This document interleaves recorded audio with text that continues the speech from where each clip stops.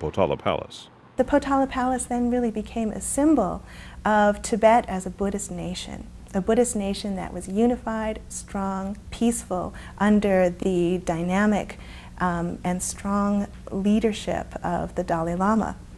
Today, the Red Palace houses the physical relics of 8 Dalai Lamas who ruled Tibet. The Red Palace of the Potala is the center of the palace itself, and in it are housed the stupas of the Dalai Lamas. Stupas are funerary monuments in which the remains of the Dalai Lamas are kept.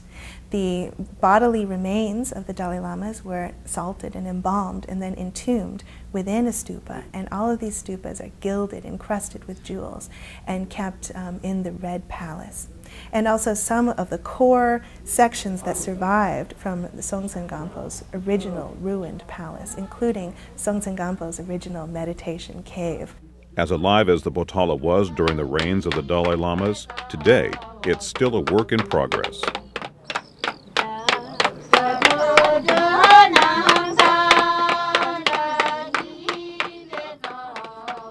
Before the 5th Dalai Lama at Potala, there were his predecessors at Tashalumpo. Begun in 1447, Tashalumpo housed some 4,700 monks in its prime, but today has only about 800. Tashalumpo rises on a sacred hillside in Xigatse, the second city of Tibet, midway between Lhasa and Mount Everest. It was the monastery of the first Dalai Lamas. The first Dalai Lamas were the abbots of the Tashalumpo monastery. In contemporary times, Tashalumpo has served as the home of the Panchen Lama, second highest spiritual incarnation in Tibetan Buddhism, and tutor to the Dalai Lama. It's one of the few imposing Tibetan Buddhist monasteries that survive today outside of Lhasa. Within its walls, Tashalumpo houses the world's tallest statue of Buddha. Maitreya, the future Buddha, or the coming Buddha as it's referred to, is about 75 feet tall.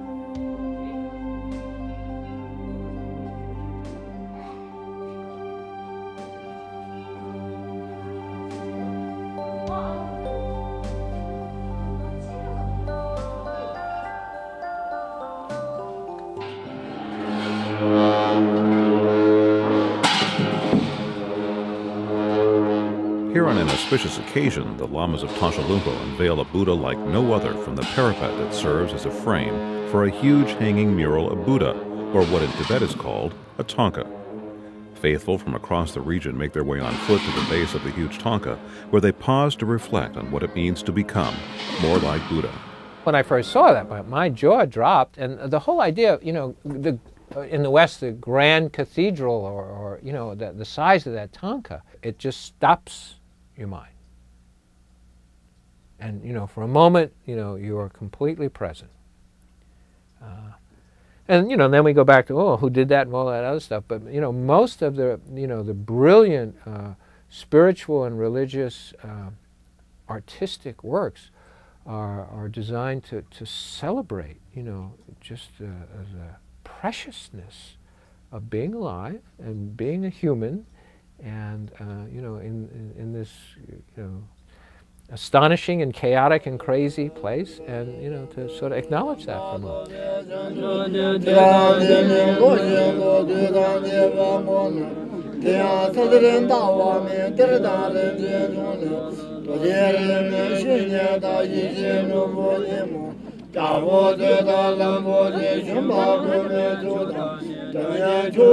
Tankas often remained rolled up and were brought up on special occasions, which is why old tankas of the 11th, 12th, 13th century have survived.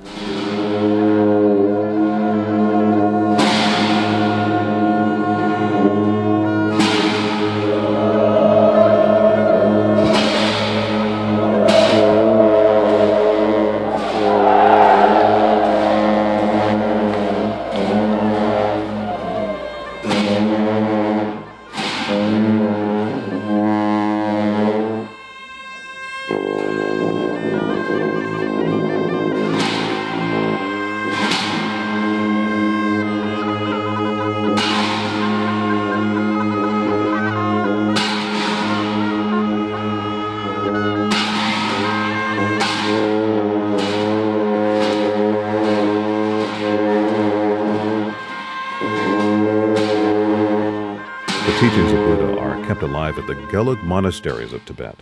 In Lhasa, the Gelug Lamas study at Sera Monastery, founded in 1419. At its peak, Sera was home to over 5,000 monks, but today the population has diminished to just a few hundred. Their zeal for Buddhism is no less energetic than it was when Sera was founded. In the afternoon, spiritual deliberation fills the debating garden after morning prayers.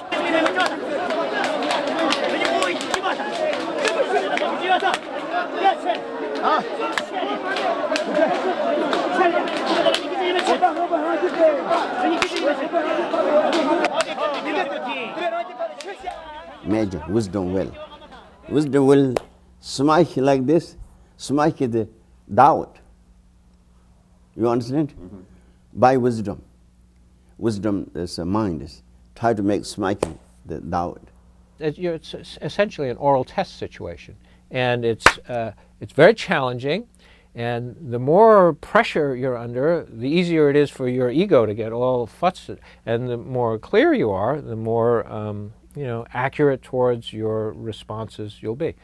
Clearer and accurate about what it is to be more like Buddha, a prince who turned away from his material fortunes and who turned towards spiritual enlightenment, clarity.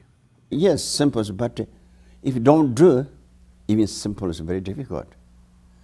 If you do, or try to do it, even if it is difficult, but it will be easy. And as you become more aware, you become less you.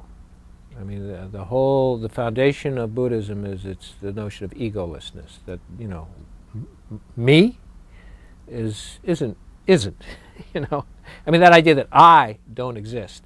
It was very seductive, but very puzzling, and it still is. I mean, that paradox that we're operating with. It becomes very vividly clear in meditation practice.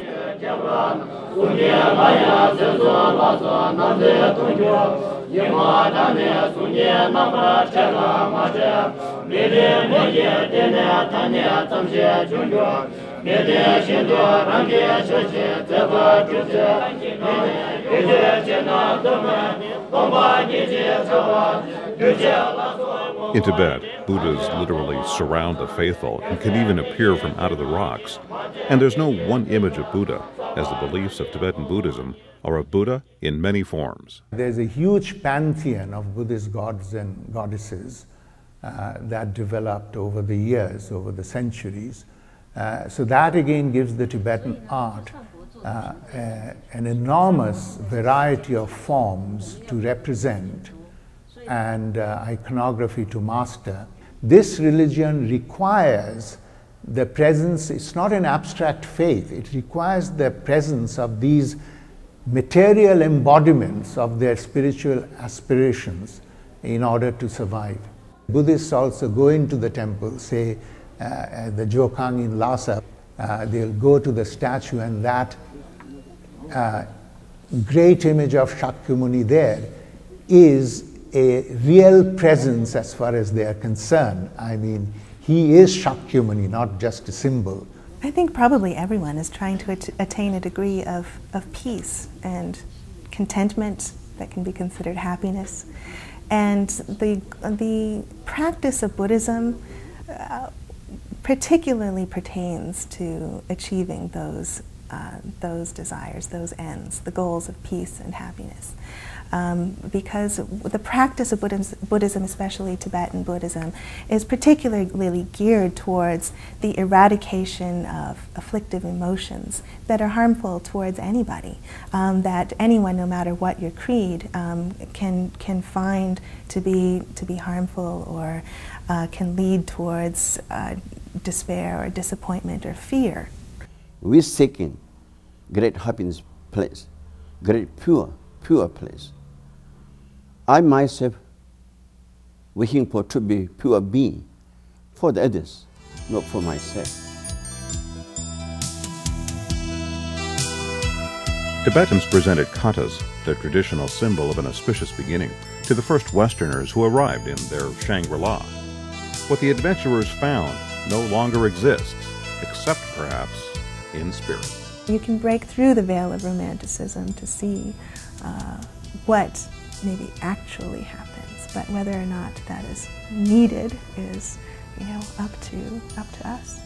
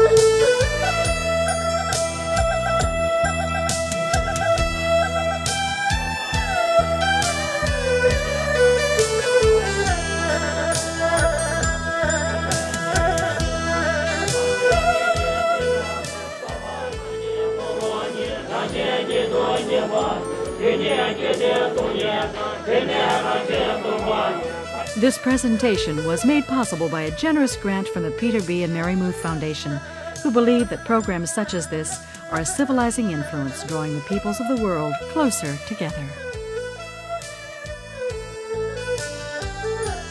The Bowers Museum of Santa Ana, California is offering an opportunity to learn more about the people and culture of Tibet in their exhibit, Tibet, Treasures from the Roof of the World, running through September 12, 2004.